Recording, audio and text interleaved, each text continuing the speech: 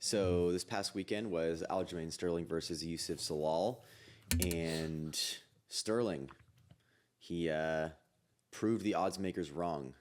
I feel Mm-hmm. like this has been a theme in the last couple of weeks, anyways. Like you have somebody who's considered like a prospect who has never been in the top five before, fighting a guy who either is like a former champion or somebody who's kind of been in the top five for a lot of their career. They fight them and they lose, even though they're the favorite. I think we saw that. One of the better examples of that was Sean Strickland versus Anthony Hernandez. Hernandez was on like an 8 fight win streak. Several of them were finishes. And so it looked like he had a lot of steam. And so the odds makers were like, well, Sean Strickland might be on his way down. Hernandez might be on his way up. This could be a moment where it's kind of a passing of the torch. And it was too soon to make that call. I feel like that's kind of what happened here. Aljamain Sterling, he's 36. He's in a new division, right? It kind of seems like he's at the end of his career. And so it seemed like this may have been an opportunity for Zalal to kind of use him as a stepping stone. Didn't work out for him. Um, yeah, I guess what do you have any initial impressions on the main event? Mm-hmm. Yeah, dude, just classic example of the experienced fighter as an underdog being like a beautiful bet, dude. I don't think I've like, has there ever been a fight this year yet where an experienced fighter who was an underdog didn't cash? Like, Hmm. I don't even know, but dude, Aljo put the absolute pressure on Mm-hmm. Zalal. Zalal was on the back foot this entire fight. And I mean, from a broad view, Zalal's performance was garbage, but he did a couple things well. Like one thing is he had a couple step in knees while Aljo was shooting that were almost timed perfectly. Like they were like kind of hitting like Aljo's like upper chest kind of like it. So that could have been bad, but I mean Zalal's takedown defense was kind of terrible. And what's funny is in an interview, Zalal talked about how if he rematched Taporia today, that he would win that fight from like their whatever short notice fight like 5 years ago. And I was like, okay, let's see, kind of put your money where your mouth is. And losing this bad to Aljo is like, dude, I like it's just kind of yeah, it's just embarrassing, honestly. I mean, Aljo's really good, but like 50-45 when, you were the favorite, you know? Like, what did Yeah. people think that Zalal's path to victory was in this fight? Like, I don't know. Yeah, I don't know either. I think so. A few things you said. Zalal was on his back foot the whole time. That's not entirely true. There was in the fifth round, especially leading up to the takedown, Zalal had Aljo kind of along the fence, and there were a few times earlier in their fight where Zalal had the center. But you're right. Generally speaking, it was Aljo who was the one who was like leading the dance, as they say. He was the one who was putting the pressure on. Um, Step in knees, yeah, those were good. There was one that got close, really close. It did hit him Aljo in the face a little bit, but it didn't quite land. Like it didn't land as Aljo's head was coming down and collide in the middle. It was more like Aljo kind of saw it coming and kind of started to back off, and then he kind of like pushed him out of the way. So it wasn't like super devastating. And then there was one that was in like the third round. I think that was really close. But interestingly enough, Aljo actually timed his takedown in the first round off of one of those knee attempts. I'm making a video about it right now on Fight Lab. But basically, like what happened was Aljo throws a right hand, and Zalal is not really thinking about the right hand that much. He thinks, okay, Aljo's a wrestler. This is just to try and get my hands up because he's going to shoot for my legs. So he basically doesn't defend the right hand at all. Like he doesn't even move his head, doesn't try and deflect it. He just stands there basically and throws his knee, expecting Aljo to drop down for a level change at the same time. But Aljo was kind of one step ahead. And instead of shooting for a takedown, he throws a low kick, which was sick because if you think about it, like when Zalal is throwing his knee, right, as he's pushing off the ground, he's only got one leg on the ground for one. But two, as he's lifting himself up and like throwing the knee, his leg that he's planting on becomes lighter and lighter. So by the time that he was basically had followed through, Aljo kicked his leg and completely took him off his feet. And Aljo is so consistent. so consistent. Like I can't think of a single performance that Aljo has had where it's like, yeah, he's not the most entertaining fighter in the sense that he's not really a finisher, but because he's has so many decision wins, like the dude just knows how to win a fight. Like he just knows how to win a fight. He's not going in there and trying to take his opponent's head off.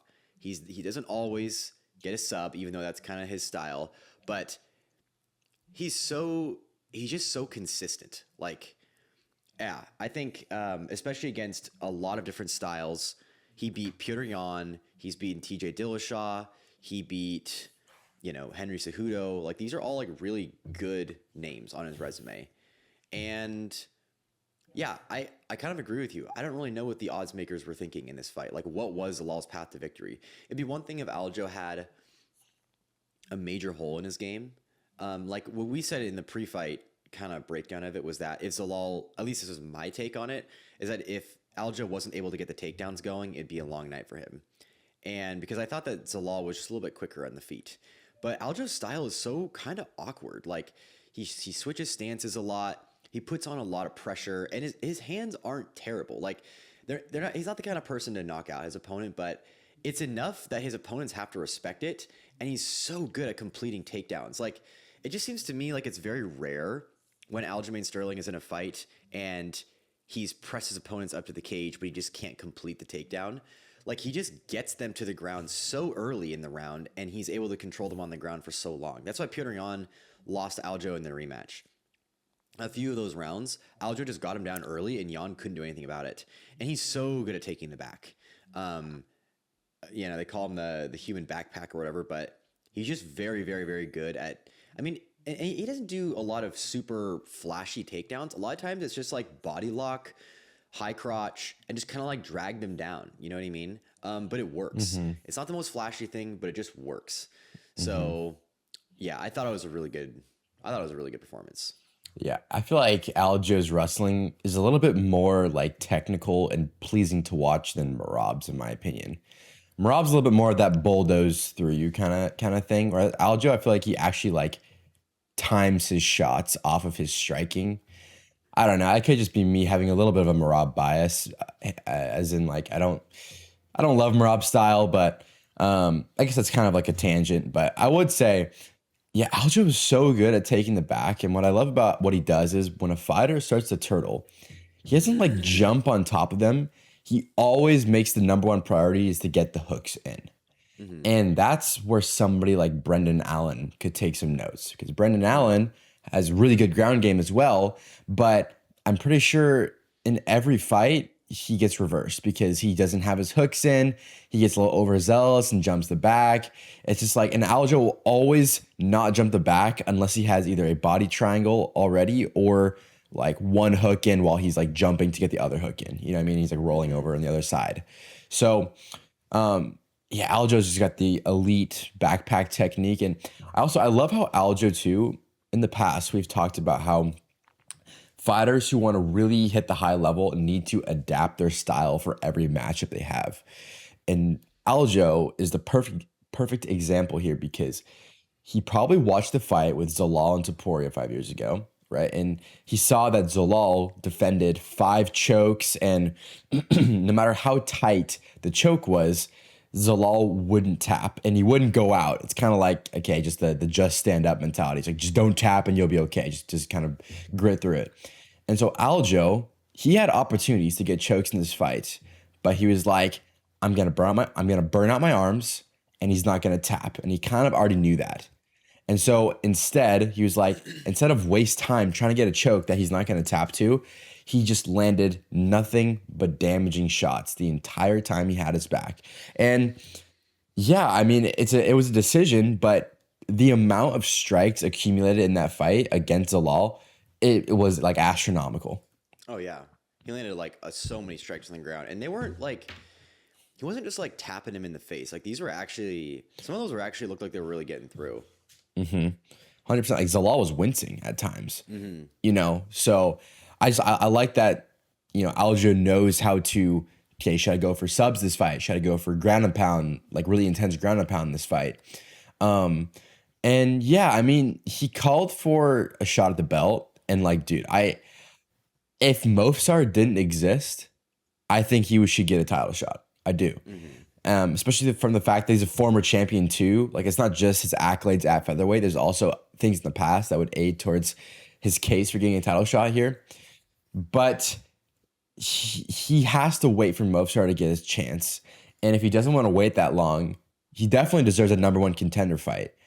Mm-hmm. I mean, should he fight John Silva? Like, I'm kind of think, and honestly, dude, I could see Aljo getting starched by John Silva. A lot of those like kind of like flowy strikers that have like decent takedown defense. I'm like, dude, they might have Aljo's number a little bit, honestly. Yeah. But yeah, I don't know. It would seem kind of disrespectful because Aljo is ranked number 5 and John Silva's ranked 6.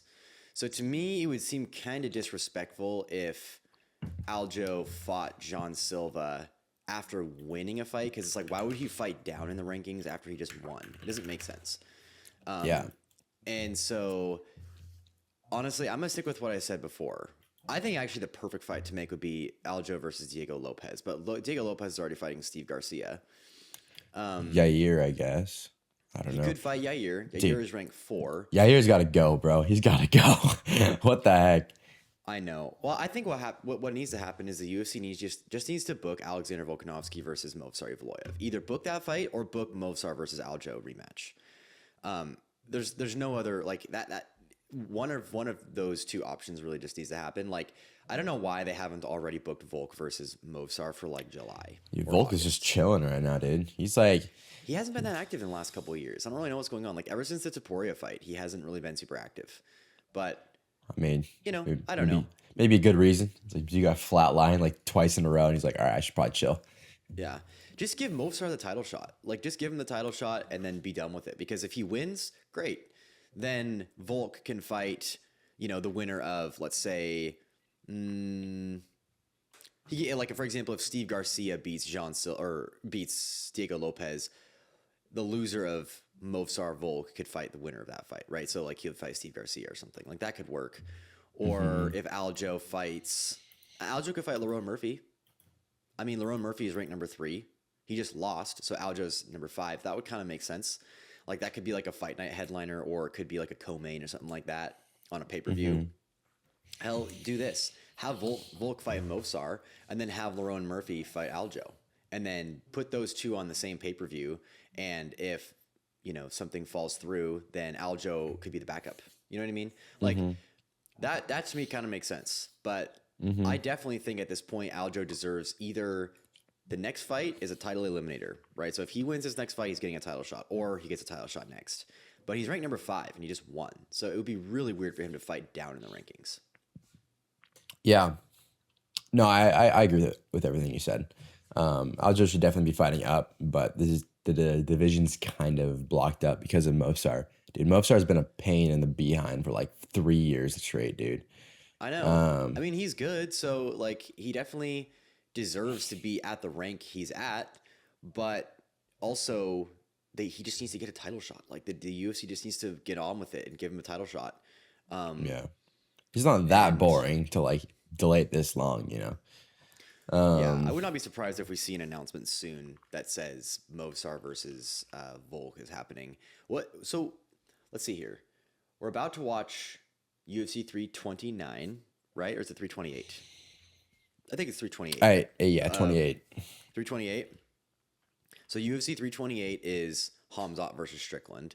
Then we have the White House card, which is Topuria and Pereira. And then didn't they book UFC 329? Did they actually? I wasn't there a rumor that I heard Corey Sandhagen was going to be on this card, but I don't know who's headlining it. Maybe Volk. He's fighting Mario Bautista. Yeah, that's right. Maybe Volk could fight Movsar on 329 in July. That would make a lot of sense. April, May, June, July, 3 months from now. Like, dude. Yeah. Volk definitely could fight in July. I mean, not to mention too though that the White House card isn't a pay-per-view, right? Isn't it just Freedom 250? So they're like knocking off 2 title fights without even having like a pay-per-view attached to it. Yeah. No, 100%. I think Oh, you know what it is? I think I heard a rumor because I think this is International Fight Week, UFC 329. I heard a rumor that McGregor might be fighting on 329. So if McGregor is fighting on 329, he could fight maybe Charles Oliveira or something. That like if I were to pick anybody for McGregor to fight, I think it'd be Charles. That would be such a huge fight. Dude, when I posted that short about Charles and Connor, and it gets so much hate because people are like, dude, did you see Charles's last performance? It's like nobody wants to see that. I'm like, bro, the recency bias is crazy. Are we not gonna just are we gonna talk about Charles's what, like 35 finishes in his career or whatever? It's like, dude, the MMA fans and the recency bias in any situation is just like, it's insane. It's like, dude, Charles is not boring because he had one performance that he took the back and he just like decided to just like hold it for a couple rounds. And even in that fight, he still landed lots of damage. It's just like, I don't understand it. But okay, so just before we move on though, I do want to kind of like finish the Sterling Zalal fight. I had two more points. Okay. Yeah. And then we can move on or whatever. And so the second one is, dude, Aljo's up kicks. So he was on his back one time and Zalal kind of like stood up.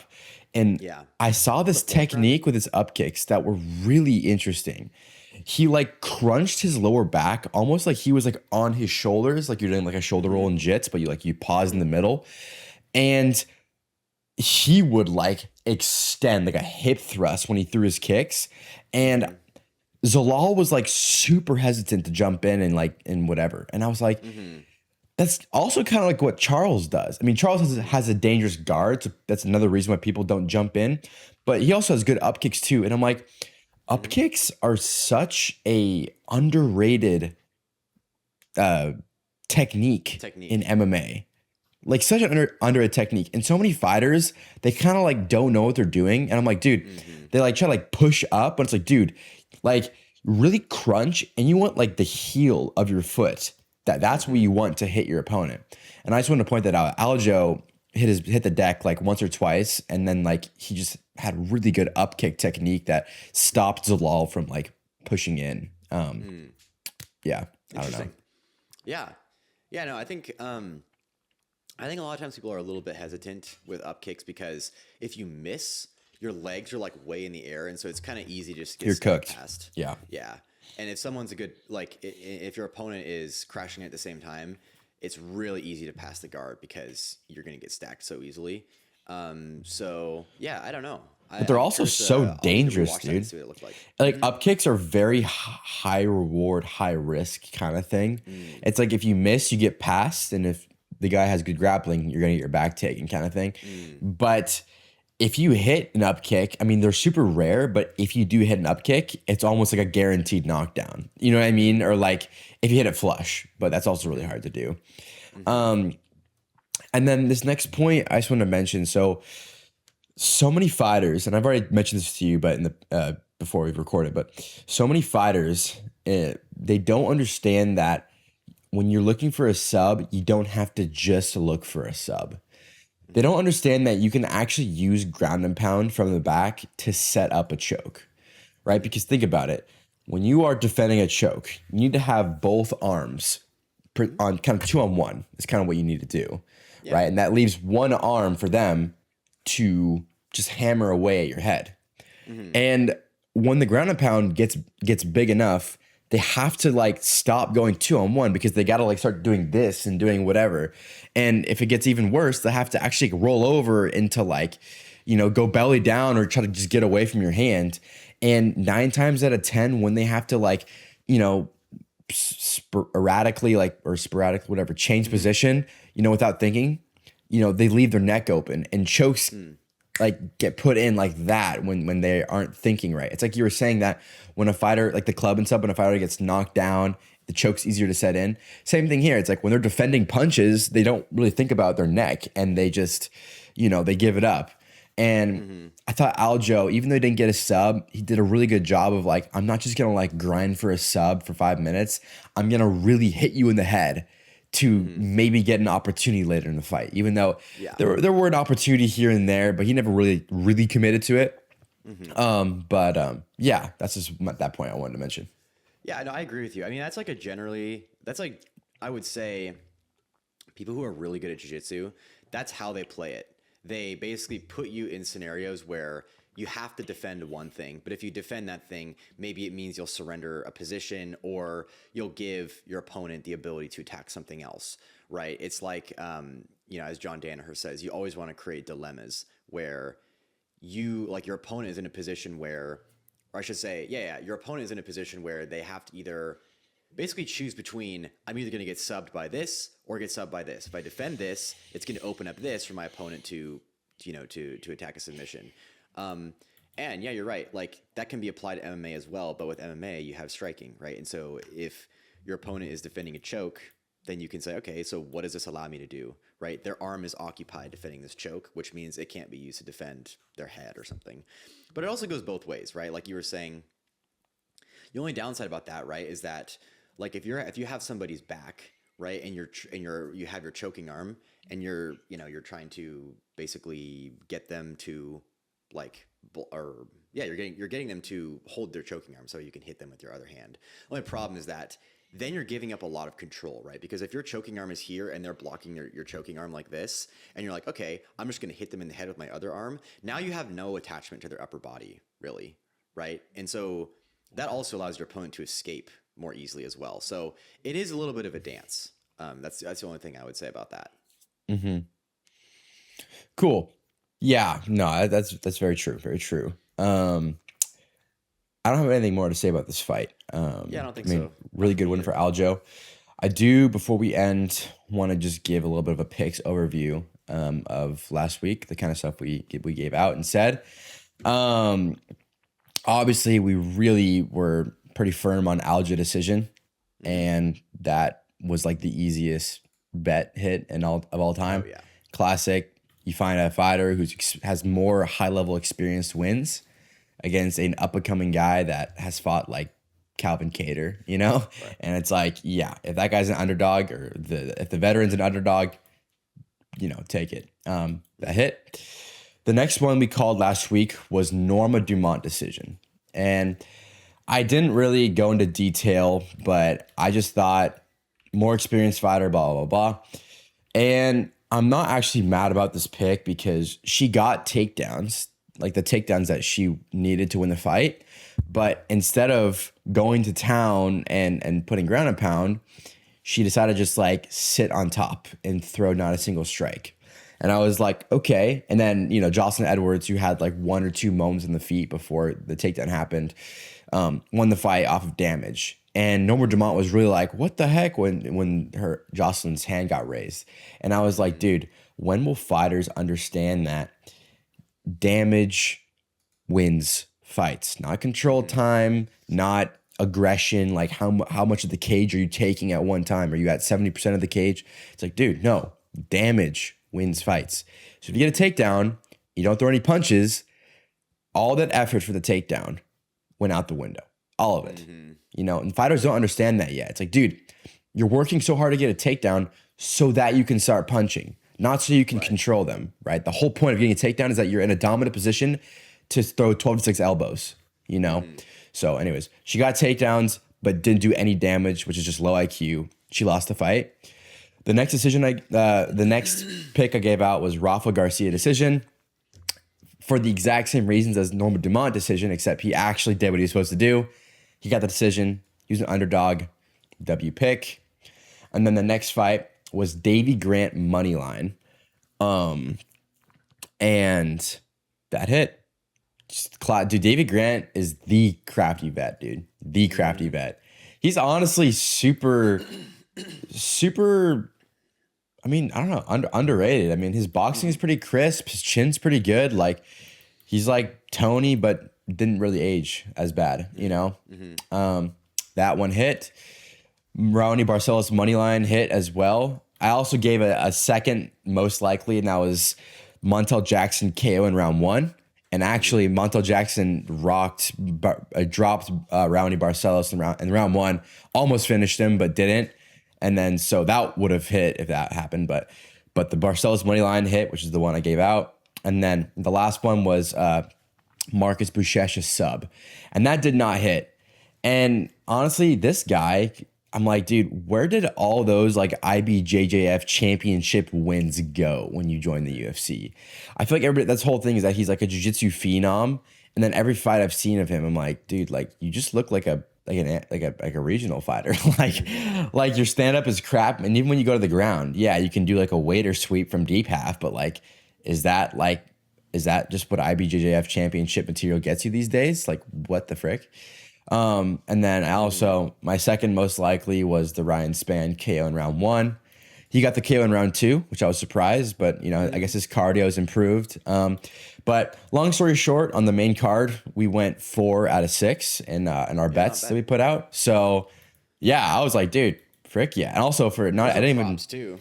yeah, Those weren't even like money lines. Those were 4 for 6 on props, except Yeah. for the Davy Grant one. But yeah, and the Barcelos one. But still though, I mean, some of those were underdogs too. So yeah, I don't know. I was surprised myself. So anyways though, I think that's it for this pod. So I guess we'll see you next week. yeah, dude. I gotta say, I know we're kind of wrapping it up here, but Yeah. we don't know if we need to open up this can of worms here, but Do I it. feel like the UFC has just been kind of disappointing lately. Is it weird to say that? Like, I've been thinking about the last couple months, and I'm like, has there been any memorable events in the last few months? Like, even the pay-per-views have been like, just kind of whatever. Like, it seemed like there was a lot of hype going into the year with Gaethje Patty, but since then, I'm like, I don't know why. It just kind of seems like there hasn't been any, like, the promotion has been very mid. The matchups have been very okay. Like, we had Renato Moicano versus Chris Duncan as a headline, like a fight night headliner. Mario Bautista versus Vinicius Oliveira. Like, Volk Lopez, the rematch was one of the pay-per-views this year. I mean, I don't know. It just kind of seems like there's been not a whole lot of like passion and effort into the promotion of it. Like, I was looking at the UFC's YouTube channel, and all the promo videos for this upcoming pay-per-view had like 10,000 views. Like, what the heck? Or not this pay-per-view, this fight night that we just watched, Sterling versus Zalal. Like, the interviews and stuff I did with them and the media day stuff, these videos had like 10K views. I'm like, what the heck is going on here? I don't know. It just kind of seems like the UFC's in a weird spot where it's kind of it's like stalling out a little bit or something. Like, I don't know. Like, last year, when I'm thinking about the big events, I'm thinking DDP versus Shemaev, Oliveira versus Taporia, stuff like that. Even some of the fight nights, like Arman Sarukian versus Dan Hooker or JDM versus Islam, like stuff like that. Like, those were pretty cool. But I don't know, man. I just feel like right now there's nobody that's really carrying a lot of the momentum of like hype and stuff for the UFC. Like, Taporia is the biggest name in the sport, and he's been out for a year. I guess you have guys like Armin who've just kind of been doing like social media stunts and like RAF and stuff, and that's kind of been like generating a lot of engagement. But like, I don't know, dude. It just kind of seems like where's the McGregor?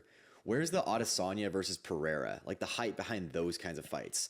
Like, there just haven't been any big moments that have actually been that exciting. Like, man, I even remember to this day, it seems like the UFC is still trying to ride the wave of big moments that happened like years ago. Like, to this day, they still promote the Holloway Gaethje KO. Like, anytime anything has to do with Max Holloway, or there's like any general promo for the UFC, it's Holloway Gaethje. They put him on the cover of the new UFC game, Max Holloway, like after he got the KO. The one where he's like all hyped up and stuff. It's like they're trying to milk big moments that they generated years ago to try and keep the interest in the sport. It's like, I don't know, like, what do they need to do differently? They're great, talented fighters on the roster right now. It just seems like there's no effort that's going into promoting it or something. I don't know. It's hard to put a finger on what it is. Like, there's just like just some of the magic of it is just kind of missing. Yeah, dude. In reality, there should be like crazy Holloway Gaethje moments every year. You know, Mm-hmm. not like, oh, this happened 2 years ago and it was so good, we just had to keep using it and using it. You know, a lot of it too could be matchmaking too. Like, I don't Mm. know if there's been really good matchmaking. Marketing's a big thing. Incentivizing fighters more. Like, you know, we've talked about in the past a lot, so you don't have to go in detail, but cut out win bonuses and then makes bonuses like 100 grand instead of 25 Mm-hmm. grand. You know, that'd be big too. Um, and I mean, stars are rising in the sport. You know, every event or maybe every month we have somebody new who gets a crazy finish who was like debuting.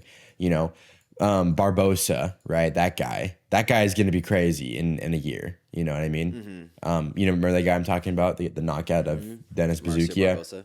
Mm-hmm. But I do get what you're talking about, right? It's like what, you know, when you look at other sports, right? What is basketball, NFL? What are they doing different? Generating way more views on YouTube, probably.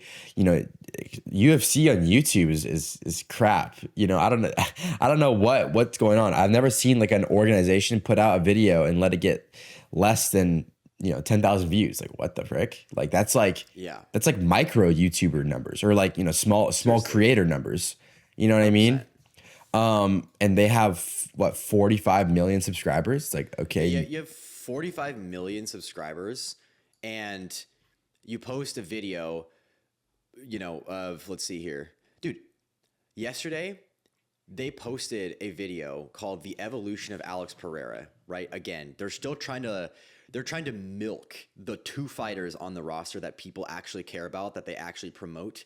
But they're running out of milk. Like literally they're running out of milk. They posted this video, The Evolution of Alex Pereira. It's an hour and a half long, pretty much like fight marathon of all of his UFC fights. 50,000 views. 50. Mhm. Okay. This is a channel with 22 million subscribers. Wow. Why does that video have 50,000 views? Well, it's because Pereira has only fought like 10 times in the UFC and everybody's seen his fights. Like there's no more, like they've tapped out the promotional potential of Pereira's previous fights. Like Pereira just needs to keep fighting and then they'll be able to promote it again. But they can't just rely on the big names anymore. They have to start creating big names. And they're just not doing that at all. Mhm. Like, dude, think about Yuri Prochazka versus Carlos Ulberg.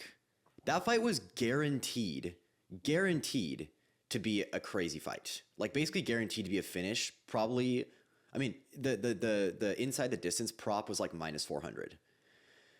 That fight had so much entertainment value. But like, if they were doing pay-per-views, I almost guarantee you that fight would have had horrible pay-per-view sales. Horrible. Because they didn't give anybody any reason to be interested in those two fighters. Like they did not promote it in a way that was exciting. A lot of their promotion just ends up being like, oh, we're going to sit down with some guy from ESPN and he's going to give them a little interview and they're going to talk about how much they want to win the fight. Like, dude, nobody cares. Nobody cares what they have to say about that. Like, I'm tired of just the UFC just relying on interviews. Treat it like it's a movie, right? Make movie trailers. And I'm not saying movie trailers like, oh, basically just like clips of them fighting with Joe Rogan screaming in the background with like guitar music. That's not what I'm talking about. I'm talking get actually creative with it. Like there are people on Instagram and TikTok who make more interesting promos for these fights that use like visual storytelling. Dude, I'm always going to go back to Aldo McGregor. They didn't need anybody. They didn't need Joe Rogan going, oh, this is going to be the greatest fight of all time. Jose Aldo, he's so good. Just showing clips of him fighting. It was McGregor and Aldo walking toward each other on the Vegas Strip with an army of Brazilians and an army of Irish people behind them waving flags. And they were wearing suits. Then it had the music going. The camera was spinning around. All of a sudden they were in the cage. Like, it's just cool, right? They treated it like they were making a promo for like a video game or a movie or something. Like, why don't they bring that kind of stuff back?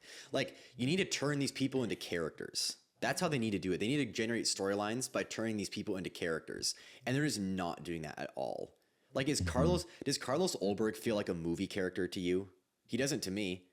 Not at all. Like it doesn't make it like there's no reason why people would have any kind of hype around that fight because what who did they show the world to? Like who did they show to the world Yeah. about Carlos Ulberg? I don't know.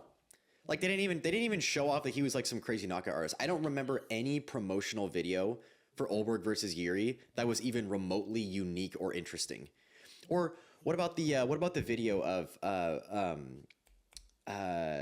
was it? I'm sure you've seen the ones floating around of Gaethje and Taporia, where it's like Gaethje's win over Patty, and Taporia is like watching the video of it like on a TV screen in his room, and he's like holding the rose and he's like humming his walkout song, like walking toward Gaethje. It's like that kind of stuff. Like, dude, you need to kind of like the UFC. They need to kind of turn these matchups into more like they need to sensationalize them a little bit more. Like treat it like you're making a movie trailer and make it a little over the top. I think that's what they need to do. And it's just so dead right now. It's so dead. Like, dude, they need to like go to like a set, like, in like whatever, like Illumination Studios, when they make movies, they have like these big empty buildings where they like build sets and scenes and stuff. Yeah. Like they don't have to go to that degree, but like actually like making like on media day or something like that, or like fighters, like maybe before their fight, a month before, they have to like actually go and like, not like maybe read a script, but like get into a set and kind of like do an interview, but they're in like this like kind of thing, like this would be a perfect time with Euros Medic.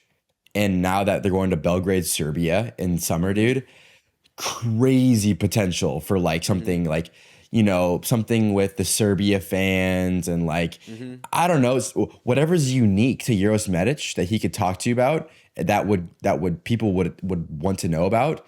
Like make something out of that, make a movie scene out of that. Like you were saying, like with Carlos Oberg and Yuri Prohaska, was there ever a mention or in a trailer with Yuri Prohaska in like samurai stuff at all? No. I don't recall. Like what the heck? Like frig, let's give Yuri a sword and like have him like swing it around and let's capture a video of this thing, Like that's what I'm saying. Or like all that kind of stuff. And it's like, what you're saying of building characters out of these guys. It's like take characteristics of every fighter and focus on that and take really high quality videos. Yeah. Or like, okay, look at this. On the UFC's YouTube channel, they had this video. It was a promo video for Burns versus Malott. It's called UFC Journey Malott versus Burns. This is the second part. They posted a part 1 and a part 2. Part 2, 6,900 views.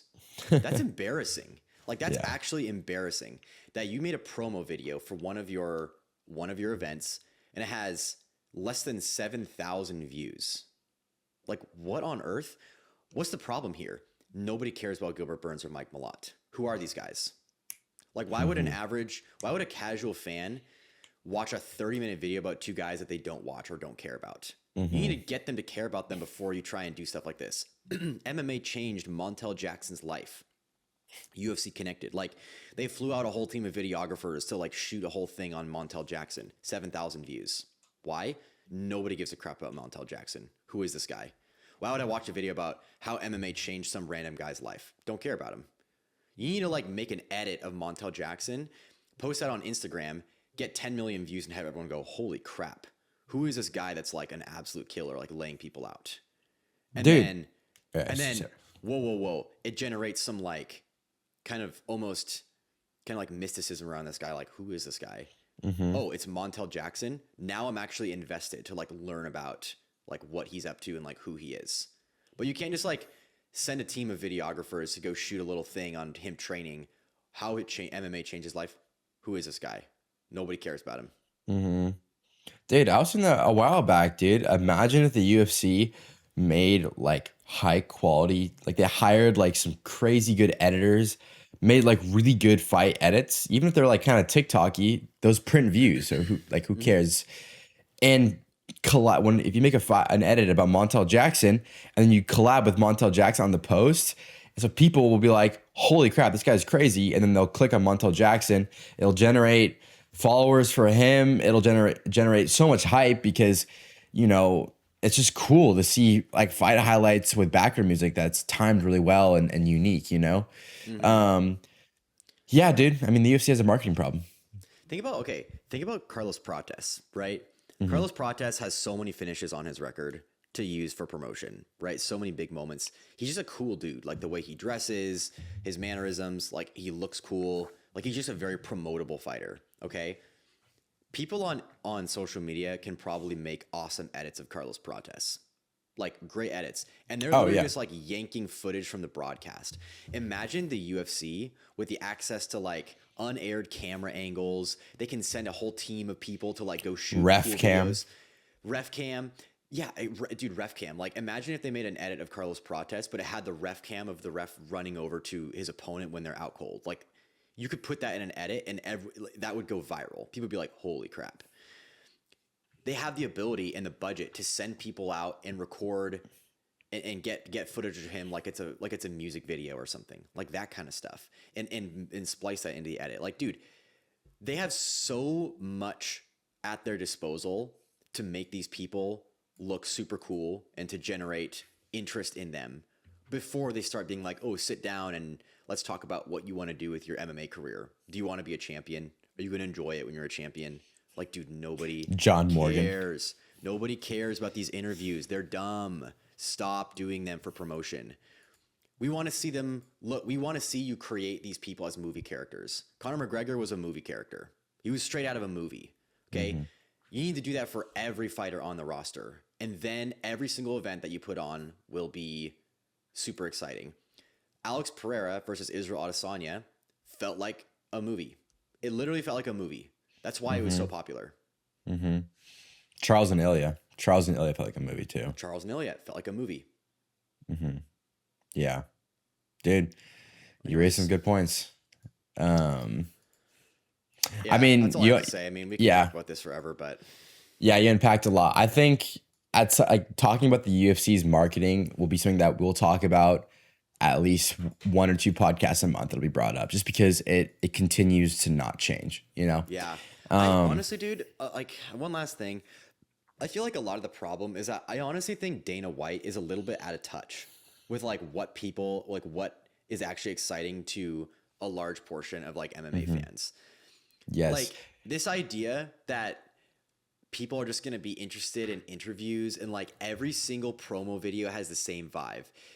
It's Joe Rogan talking, a picture of them standing on some cliff looking out at a beach, and like, you know, videos of their past fights with some like rock song in the background. It's like, dude, it's not, it kind of feels like they're still living in like 2010. It's like the people who watch MMA, and the kinds of like the culture has just changed. I don't know. Yeah, dude, I swear. So on like an Aiden Ross stream or whatever, freaking Aiden Ross, Dana White, Aiden Ross asked Dana White about like, what do you think about Armin? Like what he's doing right now with Raf and all this and promotion stuff. And he's like, and Dana was like, well, I mean, he's hanging out a lot with Nina Drama, and so I think he's doing something right. And I'm like, dude, like titties will bring fans, but it's not going to create characters. Like Dana doesn't understand. He's like, dude, this could be my bias against Nina Drama as well, but like not all views are created equally. Like a view of the UFC that comes from Nina Drama versus a view of the UFC that comes from this crazy fight edit of this dude of Euros Medic just knocking dudes out. I'm like, holy crap, look at this fighter. Like those two are very different views, you know? And you want the views of the people that are invested in the fighters, not the views of the people that are invested in the titties, you know? Right. 100%. To put it blankly. And that's something that Dana probably will never understand, and only until Hunter Campbell takes over. Because I have a feeling that Hunter Campbell is not as invested into Nina Drama as Dana White is. Maybe like straight up, maybe Dana's like sleeping with her, because Hunter Campbell is like, seems pretty chill, and I've never seen a video of Hunter Campbell and Nina Drama like talking together, like straight up. It's always Dana. And I'm like, dude, Dana built the UFC for what it is today, but I don't think any of these changes will really happen until Dana has retired and Hunter Campbell, who is probably like at least maybe like 10 years younger than Dana, has kind of like taken over. Because I have a feeling that he might have a better touch for this kind of stuff. Yeah, dude. It's all about storylines. That's what people care about. They want a character and they want a plot. That's it. That's all they need. You need to turn the fighters into characters and you need to create a plot around the fight. Once you've done that and you create a narrative, people will sit down and watch it. It's really that simple. They want to see the end of the story. And sitting them down to do interviews and having them talk about how badly they want to win or what they learned from their last fight or what do they think about their opponent, like that kind of crap does not create a storyline. It does not create characters. Putting Nina Drama on the screen with a low-cut shirt, asking fighters if they think farts are funny, does not create characters. People watch those videos because they like looking at her. It's not complicated. The problem is, not like you said, not all views are the same. Like a view on a UFC video, which is Nina Drama sitting there playing some game with the fighters, does not make somebody want to watch an MMA fight. I don't understand. It's like a non sequitur. How do people think there's any correlation between the two? If you make a video that's really entertaining, that shows the fighters fighting, that will get people to be like, wow, I want to watch this fighter fight more. Like I want to see more of their fights. It's not complicated. But anyways, we can leave that for now. Yeah, we can leave that at We that. could be talking about this forever, but cool. All right, so I guess we'll be back on like Thursday or something. Yeah, JDM versus Protest. That's a good one. Gonna be good. Looking forward to that. Yeah. Yeah. All right. We'll end it there.